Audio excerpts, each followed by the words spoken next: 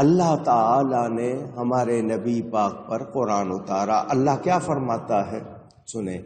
وَكَذَلِكَ أَنزَلْنَا إِلَيْكَ الْكِتَابَ، اور اے محبوب یوں ہی ہم نے تمہاری طرف کتاب اتاری. پہلے نبیوں پر بھی اتاری تھی، تمہاری طرف بھی. فَالَّذِينَ آتَيْنَاهُمُ الْكِتَابَ يُؤْمِنُونَ بِهِ، تو وہ جنہیں ہم نے کتاب عطا فرمائی اس پر ایمان لاتے ہیں.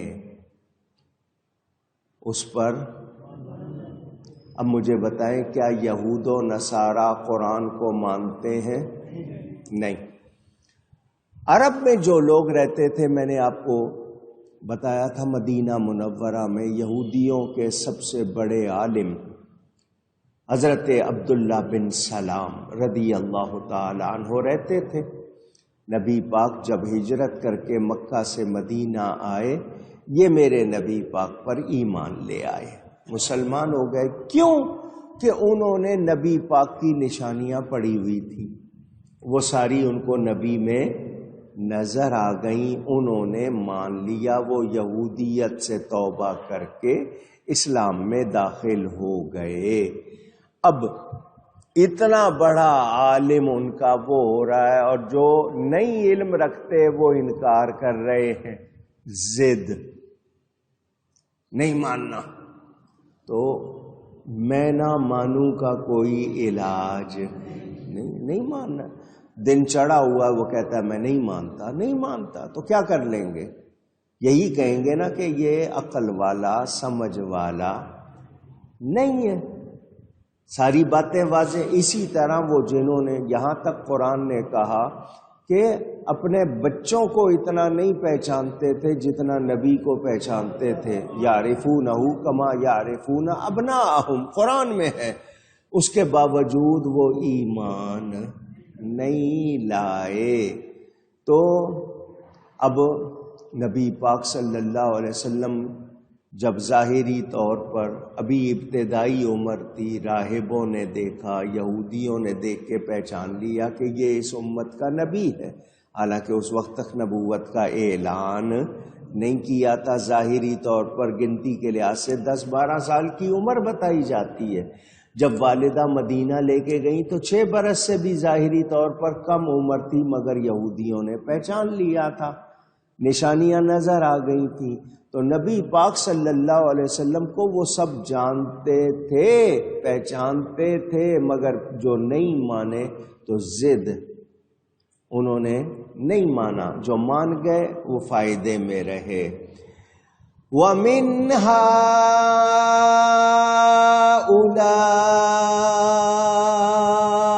مَن يُؤْمِنُ بِهِ، اور کچھ ان میں سے ہیں جو اس پر ایمان لائے. اللہ نے بھی بتا دیا یہ سارے مانے نہیں، کچھ ہیں جو مانے. وَمَا يَجْحَدُ بِآيَاتِنَا إِلَّا الْكَافِرُونَ، تو ہماری آیتوں سے منکر نہیں ہوتے مگر کافر. قلبی، زبانی، دماغی کسی طور پر بھی مانتے نہیں، بلکہ ہماری آیتوں کا انکار کرتے ہیں.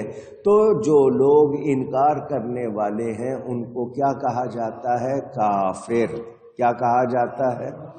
یہ اپنے کفر میں ڈٹے ہوئے، ضد پر اڑے ہوئے ہیں، انہوں نے حق کو قبول نہیں کرنا. یاد رہے وہ تمام لوگ جن کو حواس ملے، دماغ ملا، شعور ملا، ان کو مان لینا چاہیے حق کو تسلیم. لیکن جو نہیں کرتے وہ پھر نہ دنیا میں ان کو کوئی فائدہ، نہ آخرت میں کوئی فائدہ. ہیلے، بہانے، طرح طرح کے نخرے وہ سارے کر لیں گے مگر حق بات کو نہیں مانیں گے. تو جو حق کو نہیں مانتا پھر وہ کامیاب نہیں ہوتا. اب یہاں آپ کو 1-2 باتیں اور سنا رہا ہوں، ذرا سنیں گے تو آپ کو اس کا بھی فائدہ ہوگا۔ یہ جو مسلمان کہلاتے ہیں مگر عقیدے میں درست نہیں ہیں، ہمارے مخالفین، ان میں سے ایک شخص کہتا ہے کہ اللہ کے سوا غیر اللہ، وہ غیر اللہ سے مراد لیتے ہیں کہ اللہ کے سوا جتنے ہیں وہ غیر اللہ ہے، تو وہ غیر اللہ کے لیے کہتا ہے کہ کسی شے کا مالک نہیں، جو اللہ کے سوا ہے وہ کسی شے کا مالک نہیں۔ وہ آگے بات کرتے ہیں یہاں تک کہ حرکت کا، کوئی حرکات و سکنات آپ ہاتھ لائیں یا کچھ کریں، عورت کی طلاق، لونڈی آزاد کرنے کا بھی مالک نہیں، اس طرح کی باتیں۔ یہ جو فرقے ہیں، جو یہ آج سے نہیں، شروع سے اسی طرح کی باتیں کرتے آ رہے ہیں۔ اب حضرت علی کرم اللہ تعالی وجہ الکریم کے پاس ایک شخص آیا، اس نے یہی بات کی کہ غیر اللہ کسی شے کا مالک نہیں، یہاں تک کہ وہ حرکات و سکنات، عورت کی طلاق اور لونڈی آزاد کرنے کا بھی مالک نہیں۔ حضرت علی نے اسے فرمایا، کیا اپنی لونڈی کا مالک بحیثیت غیر مالک کے ہے، یا اللہ تعالیٰ کے ساتھ اگر تو کہتا ہے کہ میں اللہ تعالیٰ کا غیر ہو کر اس کا مالک ہوں، تب بھی تو نے غیر اللہ کی ملکیت ثابت کی؟ اگر یہ کہتا ہے میں اس کے ساتھ مالک ہوں تو تو نے اللہ کے ساتھ اپنے آپ کو شریک بنایا۔ جب آپ نے یہ کہا اس سے کوئی جواب نہیں بن پڑا۔ غیر کس کو کہتے ہیں؟ ذرا دھیان سے سنیے گا۔ جس کا وہ غیر ہے۔ غیر کس کو کہیں گے؟ جس کا وہ غیر ہے، جس کا وہ غیر ہے، اس کے مقابلے میں، اس کے سامنے اس کی حیثیت مستقل ہو۔ نہیں سمجھ آئی؟ سمجھاتا ہوں۔ یہ ایک مائک ہے، دوسرا ایک مائک رکھا جائے تو میں اس کو ہٹا بھی دوں تو وہ رہے گا یا نہیں رہے گا؟ کیونکہ اس کے مقابلے میں اس کی حیثیت قائم ہے، مستقل ہے، عکس نہیں ہے، دوسرا وہ ہے۔ اب میں پوچھنا چاہتا ہوں، اللہ کے ساتھ یا اللہ کے بغیر؟ یہ حضرت علی کے جواب کا مطلب سمجھا رہا ہوں کہ تو اللہ کے ساتھ یا اللہ کے بغیر، تیری حیثیت مستقل، تو اس سے جواب بنا نہیں۔ کیا مطلب؟ کہ یہ لوگ حقیقت کو نہیں سمجھتے کہ تو نے لونڈی کا مالک کہا کہ میں لونڈی کا بھی مالک نہیں ہوں، تو بحیثیت غیر مالک کے ہے یا اللہ کے ساتھ؟ تو اس کے پاس اس کا جواب نہیں تھا۔ تو یہ آج جو غیر اللہ غیر اللہ غیر اللہ کرتے ہیں، تو غیر اللہ سے مراد دشمن لیتے ہیں، تو ہم ان کو کہہ رہے ہیں ہم اللہ کو مانتے ہیں، اللہ والوں کو مانتے ہیں، ہم اللہ کے دشمنوں کو مانتے نہیں۔ اور اللہ ہی نے قوت دی ہے جس کو دی ہے، جتنی دی ہے۔ جس کسی کے پاس بھی کوئی قوت طاقت ہے، کس کی دی ہوئی ہے؟ میرا ہاتھ ہل رہا ہے، یہ روح ہے اندر میرے، اس میں یہ قوت کس نے دی ہے؟ اونچی کہیے گا۔ اگر اللہ نہ دے میں حرکت کر سکتا ہوں؟ تو سمجھنا چاہیے ہم اللہ والوں کو مانتے ہیں کہ اللہ نے ان کو شان دی ہے، ہم یہ نہیں کہتے کہ وہ خود سے کمال والے ہیں، ایسی کوئی بات نہیں۔ تفسیر روح البیان میں ایک حکایت لکھی ہے شیخ سعدی کی کہ ایک درویش صفت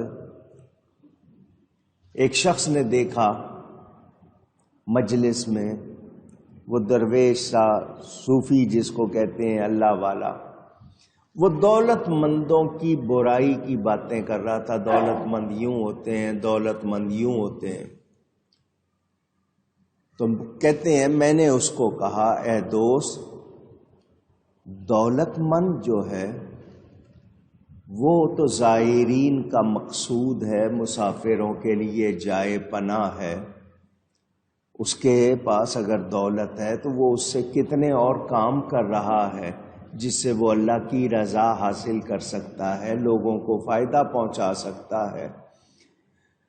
تو تنگ دستی، جیسا کہ حدیث میں ہے نا، تنگ دستی دونوں جہاں میں سیاہ روئی کا موجب ہے. یعنی کیا ہوتا ہے کہ جس کے پاس کچھ بھی نہیں ہے وہ پھر کہاں تک چلا جاتا ہے، کفر تک بھی چلا جاتا ہے، وہ کس سے کتنی غلط باتیں کہہ جاتا ہے. تو اللہ سے یہی کہنا ہے کہ یا اللہ ایسی مفلسی بھی نہ ہو کہ ایمان چلا جائے، اور ایسی تبنگری، اتنا مال بھی نہ ہو کہ ایمان چلا جائے. ہمارے پاس جو ہو برکت والا ہو، سچ والا ہو. تو یہ جو ہے نا فقر، اللہ کے لیے دنیا سے دلچسپی ہٹا دینا، یعنی اللہ کی رضا پہ راضی رہنا. تو بھوک میں قوت پرہیزگاری نہیں رہتی، تنگ دستی تقویٰ کے ہاتھ سے بھاگ آپ کی وہ چھین لیتی ہے. تو اگر دولت مند ہو کر بگڑا ہوا ہے تو تباہ ہو رہا ہے، دولت مند ہو کے جنت خرید رہا ہے تو کامیاب ہے. سمجھ آ گئی؟ تو دولت مندوں کو برا نہیں کہیں گے، غلط دولت مندوں کو جو پیسے کے غلام ہو جاتے ہیں ان کو برا کہیں گے. یا یہ کہ دولت ہے مگر اللہ کی راہ میں خرچ نہیں کر رہا تو وہ برا کہلائے گا. ہر دولت مند برا نہیں ہے. ایک آدمی زیادہ کاروبار کرتا ہے کہ میرے پاس زیادہ لوگوں کو فائدہ ہو،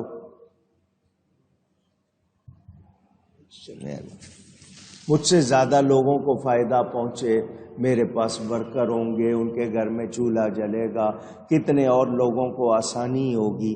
اور وہ اللہ کی راہ میں خرچ کرنے کو پسند کرتا ہے، اپنی اولاد پر، خود پر جائز خرچ کرتا ہے، تو ایسا دولت مند برا نہیں ہے. لیکن دولت کما کے سانپ بن کے بیٹھ گیا، نہ خود پر نہ بچوں پر، کسی کو خود اللہ کی راہ میں بھی نہیں دے رہا، تو پھر وہ اچھا نہیں ہے.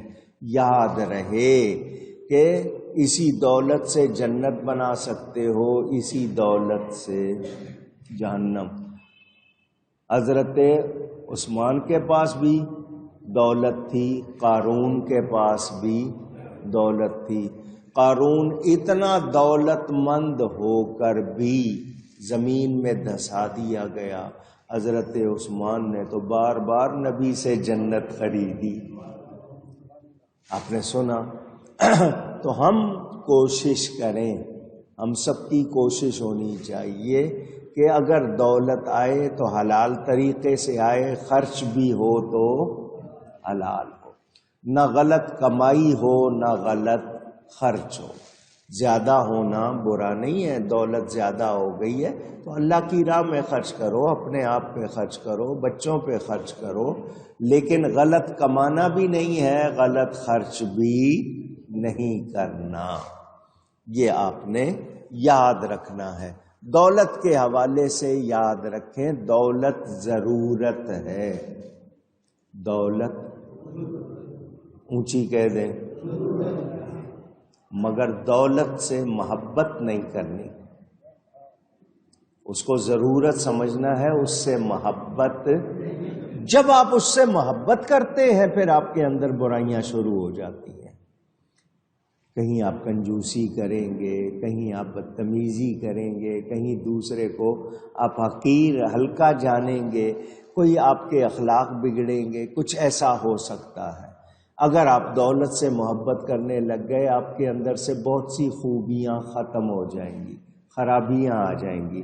اور دولت ضرورت ہے، اس دولت کے مطابق آپ صحیح خرچ کر رہے ہیں، صحیح کما رہے ہیں تو وہ بری نہیں ہے. یاد رہے. تو لوگ کہتے ہیں نا جی نہیں دولت کی برائی کرو، تو دولت کی برائی نہیں کرنی، پھر ساری محنت، پھر سارے آپ یہ جتنے کام کر رہے ہیں کس لیے کر رہے ہو؟ پھر مزدوری کر رہے ہو، تجارت کر رہے ہو، نوکری کر رہے ہو، کائے کے لیے؟ بھائی مجھے اس سے پیسے ملیں گے، اس پیسے سے میں کھاؤں گا تو جسم میں طاقت آئے گی عبادت کروں گا۔ تو یہ دولت کمانا بری بات اونچی کہہ دیں نہیں، لیکن غلط کمائی بری ہے، غلط خرچ برا۔ اب بچوں کو ضرورت ہے، پیسے آپ کے پاس ہیں، آپ نہیں دے رہے ہیں تو کیا فائدہ اس دولت کا؟ پیچھے چھوڑ کے جانا ہے، کوئی ساتھ تو لے جانی نہیں ہے۔ یا اس دولت کی خاطر آپ خام خواہ دوسروں سے، رشتہ داروں سے لڑائیاں کر رہے ہیں، آپ نے مقدمے کر رکھے ہیں، 20 سال مقدمے چلتے رہتے ہیں، بندے مر جاتے ہیں، فیصلہ نہیں ہوتا، دولت وہیں پڑی رہتی ہے، نہ خود استعمال کی نہ دوسروں کو کرنے دی، فائدہ کیا ہوا؟ تو اے انسان سمجھ، دھیان دے کہ دولت پیار کرنے کی چیز نہیں ہے، یہ استعمال کرنا ہے، ضرورت ہے، اس سے محبت نہیں۔ مولانا روم رحمت اللہ علیہ اس کو بڑے پیارے انداز میں سمجھاتے ہیں، وہ کہتے ہیں کشتی پانی پہ چلتی ہے، جب تک پانی باہر رہے کشتی کو کوئی خطرہ نہیں، اور وہی پانی کشتی کے اندر آ جائے تو پھر کشتی بھی ڈوبتی ہے، جو اس میں ہوتا ہے وہ سب بھی ڈوب جاتے ہیں۔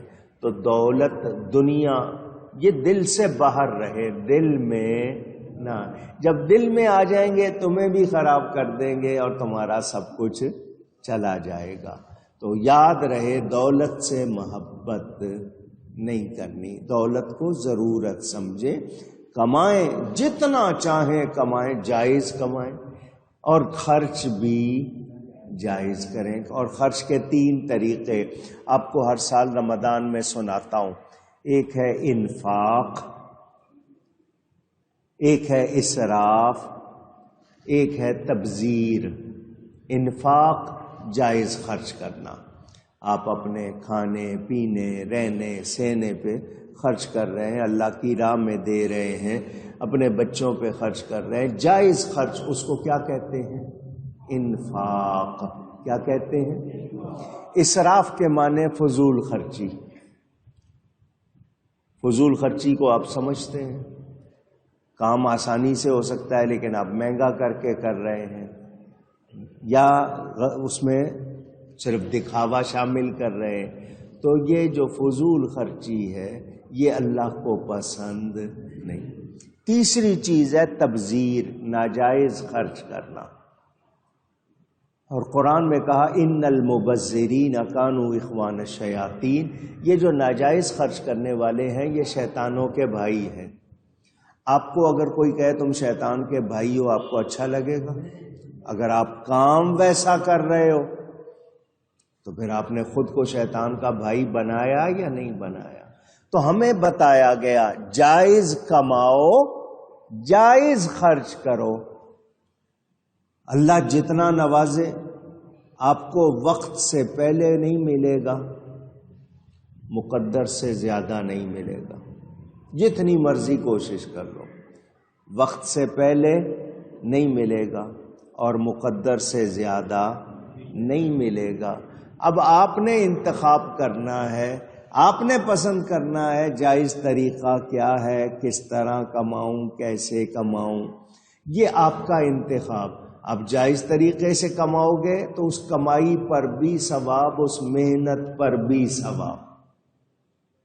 آپ کسب کہتے ہیں نا اپنی محنت، ایک شخص ہے مزدور ہے، پتھر توڑ رہا ہے، زمین کھود رہا ہے، یا جو بھی آپ کے ہاں مزدوری کے طریقے، ایک شخص نوکری کر رہا ہے، ایک شخص تجارت کر رہا ہے، یہ آپ کمانے کے طریقے ہیں آپ کے۔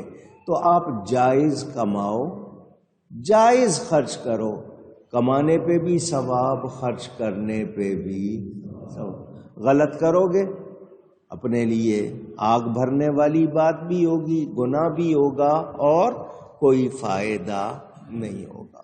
تو ہمیں بتا دیا گیا، ہم کوشش کریں کہ ہمارے لیے جو ہو وہ بہتر۔ تو انسان دولت کی برائی نہ کرے بلکہ اس کی غلط کمائی اور غلط خرچ کی برائی کرے۔ دولت ضرورت ہے، میں نے وضو کرنا ہے، مجھے پانی چاہیے، پانی مفت نہیں مل رہا، تو میرے پاس دولت ہوگی تو خریدوں گا نا۔ میرے جسم میں کمزوری ہے، مجھے کھانا میری ضرورت ہے، پیسے نہیں ہے، کہاں سے کھاؤں گا؟ تو پیسے آپ کے دولت بری نہیں، غلط کمائی بری ہے، غلط خرچ برا۔ جائز کمائے، جائز خرچ کرے، اور اللہ تعالی کی نعمتوں پر شکر کرے، ناشکری نہ کرے۔ ہمیں اس کا خیال رکھنا چاہیے۔